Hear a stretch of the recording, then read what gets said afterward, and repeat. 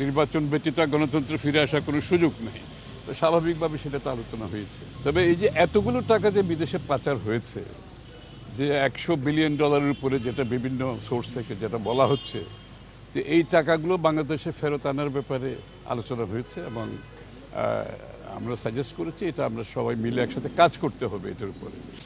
বাংলাদেশের আগামী দিনের বাংলাদেশ কোথায় যাচ্ছে, গণতন্ত্র, রাজনৈতিকভাবে, অর্থনৈতিকভাবে সব কিছু মিলিয়ে আলোচনা হয়েছে এবং ইউরোপিয়ান ইউনিয়ন কিভাবে সমর্থন দিতে পারে তাদের পক্ষ থেকে, কোথায় কোথায় তাদের সমর্থনটা দিলে আমাদের যে একটা গর্তের মধ্যে যে দেশটা পড়েছে এখান থেকে বের করার জন্য তাদের সমর্থন কোন কোন জায়গায় দিলে ভালো হয়, এগুলো আলোচনা হয়েছে।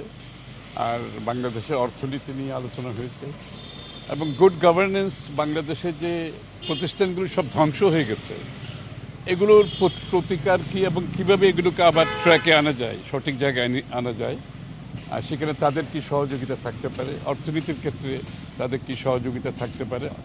বিশেষ করে আমাদের যে বড় একটা অংশ তাদের দেশে রপ্তানি হয় ইউরোপিয়ান ইউনিয়নে, এটা কিভাবে আমরা অব্যাহত রাখতে পারি এবং সেই ক্ষেত্রে তাদের কি করা উচিত এখানে। আর বাংলাদেশকে আর্থিকভাবে, অর্থনৈতিকভাবে যে উন্নয়নের জন্য তাদের সাথে আমাদের একটা ফ্রেমওয়ার্ক, একটা এগ্রিমেন্ট আছে ইউর সাথে।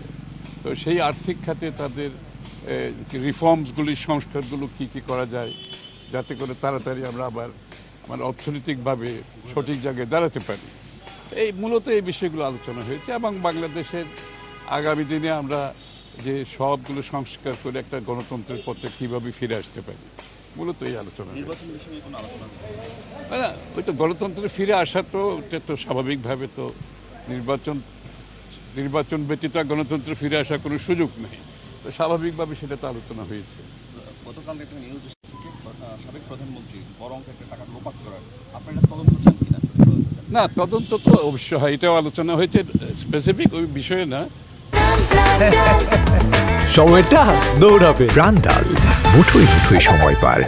তবে এই যে এতগুলো টাকা যে বিদেশে পাচার হয়েছে, যে $100 বিলিয়ন উপরে, যেটা বিভিন্ন সোর্স থেকে যেটা বলা হচ্ছে, যে এই টাকাগুলো বাংলাদেশে ফেরত আনার ব্যাপারে আলোচনা হয়েছে এবং আমরা সাজেস্ট করেছি এটা আমরা সবাই মিলে একসাথে কাজ করতে হবে এটার উপরে এবং তারা সহযোগিতা করতে এই ব্যাপারে রাজি আছে।